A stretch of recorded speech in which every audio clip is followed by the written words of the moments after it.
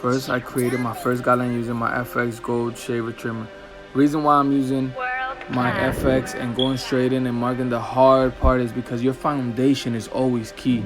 You always want to make sure your foundation is pure, as fresh as possible, as tight as possible, because that's where it's all starts. If the foundation is clean, all the hairs are perfect, when you make that second guideline, it's going to be really good, it's going to be tight.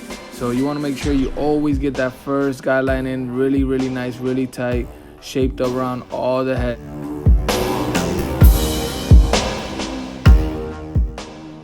So you want to brush it and make sure all the little hairs are out, so you can look at the area and prep for when you go in with the machine of your preference. Here I'm going to be using the Andes Cordless Masters to start. So I'm just prepping everything, getting everything ready, and about to start with the Andes new Cordless Masters. As you can see, I'm very picky with my line. I go over it, I trace over it, and make sure it looks really clean before I start my actual fade. Now I'm gonna pick up my Andes Masters and I'm gonna start working my way up with about 1 inch, because I'm creating a low fade. So working my way with kind of a drop towards the back.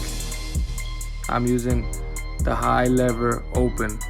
Now I'm gonna lower my guard and start with the corner, using the corner of the blade of my Andes Masters, using the machine in kind of an angle and using only a quarter part of the blade.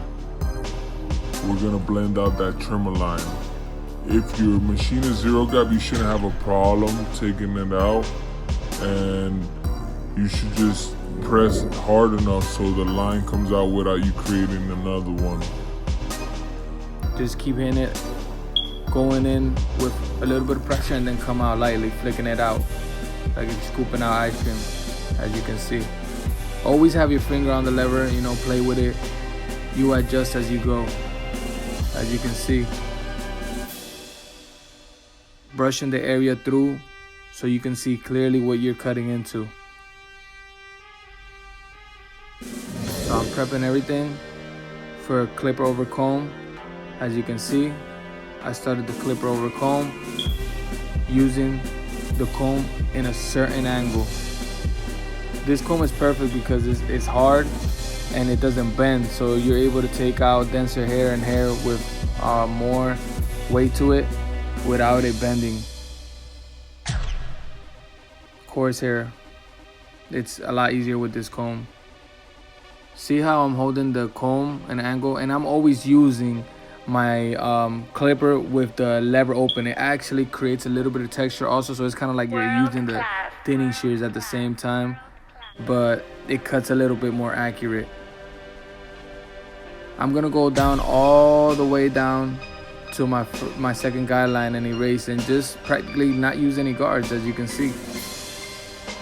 Just using the comb with certain angles and using my clipper at a certain angle. It's one of my favorite techniques. Actually, it's my favorite technique. Saves a great amount of time. As you can see, we're almost through with the fade on this side.